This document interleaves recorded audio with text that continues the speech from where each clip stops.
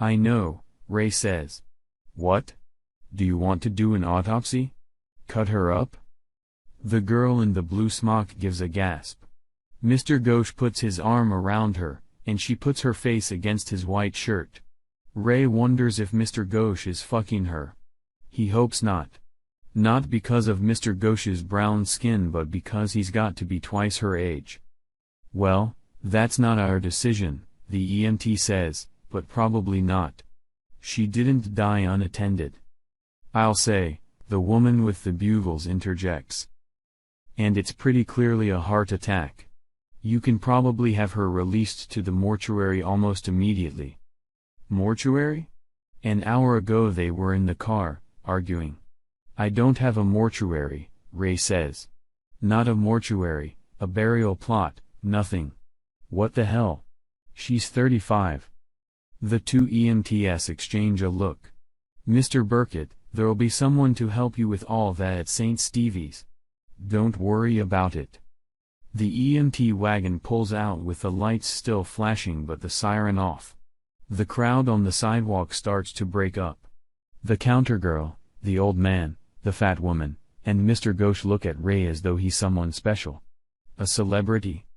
She wanted a purple kickball for our niece, he says. She's having a birthday. She'll be 8. Her name is Talia. Tali for short. She was named for an actress. Mr. Ghosh takes a purple kickball from the wire rack and holds it out to Ray in both hands. On the house, he says. Thank you, sir, Ray says, trying to sound equally solemn, and the woman with the bugles bursts into tears. Mary, Mother of God, she says. She likes that one.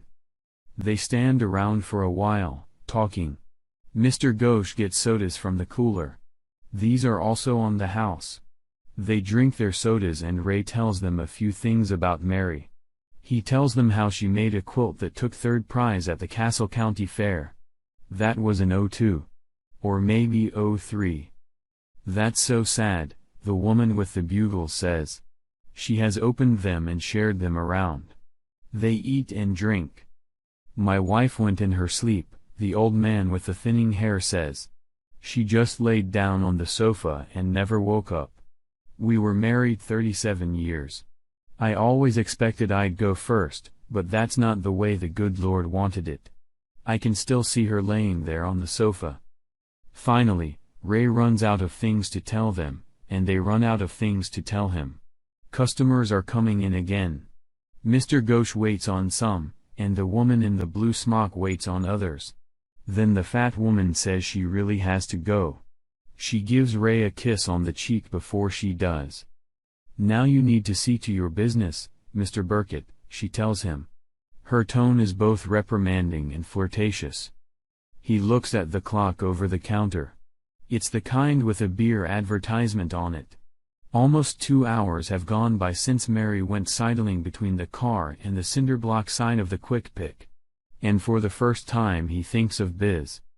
When he opens the door, he rushes out at him, and when he puts his hand on the steering wheel to lean in he pulls it back with a cry. It's got to be 130 in there. Biz is dead on his back. His eyes are milky. His tongue is protruding from the side of his mouth. Ray can see the wink of his teeth. There are little bits of coconut caught in his whiskers. That shouldn't be funny, but it is. Not funny enough to laugh at, but funny. Biz, old buddy, he says. I'm sorry. I forgot you were in here. Great sadness and amusement sweep over him as he looks at the baked Jack Russell. That anything so sad should be funny is just a crying shame. Well, you're with her now, ain't you? He says, and this is so sad that he begins to cry. It's a hard storm. While he's crying, it comes to him that now he can smoke all he wants, and anywhere in the house. He can smoke right there at her dining room table. You're with her now, Biz, he says again through his tears. His voice is clogged and thick. It's a relief to sound just right for the situation. Poor old Mary, poor old Biz. Damn it all. Still crying, and with the purple kickball still tucked under his arm, he goes back into the Quick Pick. He tells Mr. Ghosh he forgot to get cigarettes. He thinks maybe Mr. Ghosh will give him a pack of premium harmonies on the house as well, but Mr. Ghosh's generosity doesn't stretch that far. Ray smokes all the way to the hospital with the windows shut and the air conditioning on.